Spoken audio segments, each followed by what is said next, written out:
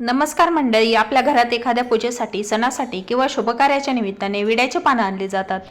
पण तुम्हाला माहिती आहे का, विड्याचं पान घरात आणल्यानंतर ते कुठे ठेवायचं, कसं जपायचं आणि कोणत्या गोष्टी करायच्या?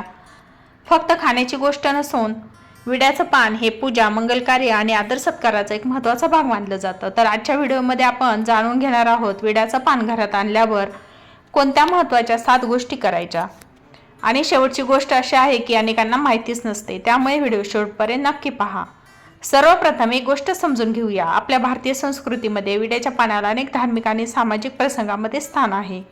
पूजा असो, सत्यनारायणाची पूजा असो, लग्न कार्य असो किंवा एखादं शुभ कार्य, विड्याचं पान आणि सुपारी यांचा वापर अनेक ठिकाणी केला जातो. विशेष म्हणजे विड्याचं पान हे अनेकदा मंगलतेचं आणि आदराचं प्रतीक म्हणून वापरलं जातं. म्हणूनच बाजारातून पान आणल्यानंतर ते इतर वस्तूप्रमाणे कुठेही टाकण्याऐवजी स्वच्छतेने आणि आदराने ठेवण्याची पद्धत अनेक कुटुंबामध्ये आहे. चला तर मग पाहूया पहिली गोष्ट. सर्वात पहिली आणि महत्त्वाची गोष्ट म्हणजे पान स्वच्छ करा. बाजारातून आणलेल्या पानांवर धूळ, माती किंवा इतर अशुद्धता असू शकते, त्यामुळे वापरण्यापूर्वी ती स्वच्छ पाण्याने हलक्या हाताने धुवून घ्यावीत. पान धुतल्यानंतर त्यावरचं अतिरिक्त पाणी अलगद काढा. विशेषतः जर ही पानं देवपूजेसाठी वापरणार असाल तर स्वच्छता नक्कीच महत्त्वाची आहे. आपल्या परंपरेत पूजा आणि नैवेद्याशी संबंधित वस्तू शक्य तितक्या स्वच्छ ठेवण्याला विशेष महत्त्व आहे. म्हणून पहिली गोष्ट लक्षात ठेवा, विड्याचं पान घरी आणलं की ती स्वच्छ आणि नीट ठेवायचं.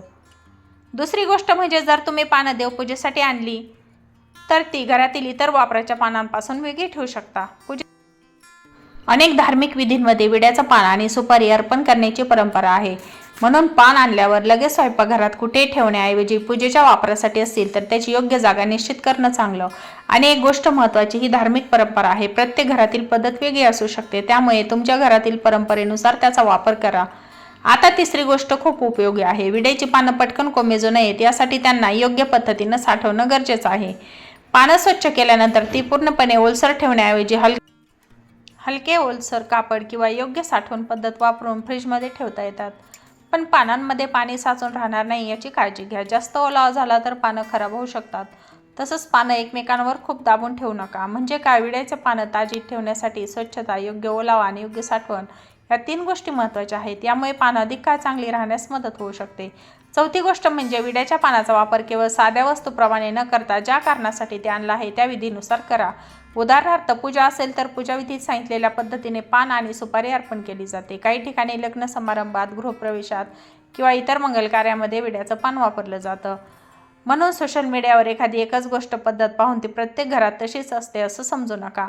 आपल्या घरातील वडीलधारी मंडळी किंवा गुरुजी सांगतात ती पारंपरिक पद्धत पाळणं योग्य.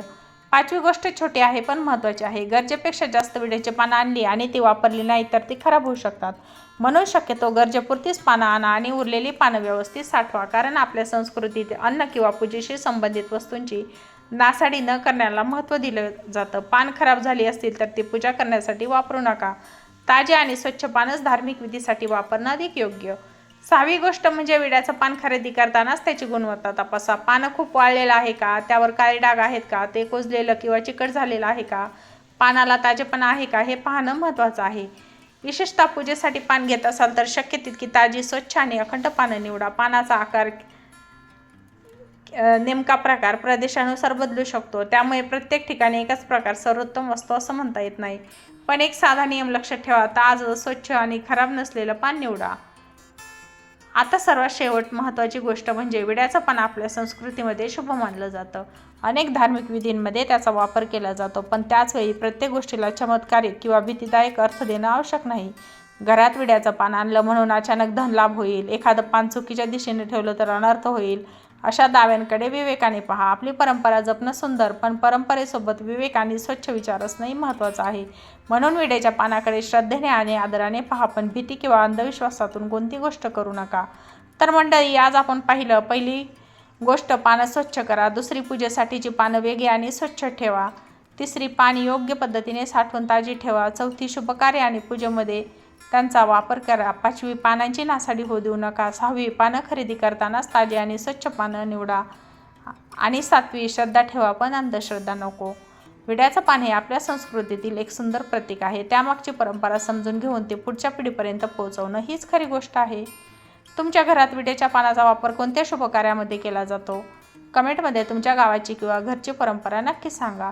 आणि हा व्हिडिओ माहितीपूर्ण वाटला असेल तर आपल्या कुटुंबातील आणि मित्रमैत्रिणीमधील त्या व्यक्तीला नक्की शेअर करा ज्यांना आपल्या परंपराबद्दल जाणून घ्यायला आवडतं. अशाच आपल्या संस्कृती, परंपरा आणि घरगुती माहितीसाठी चॅनलला सबस्क्राईब करा आणि भेटूया पुढच्या व्हिडिओमध्ये.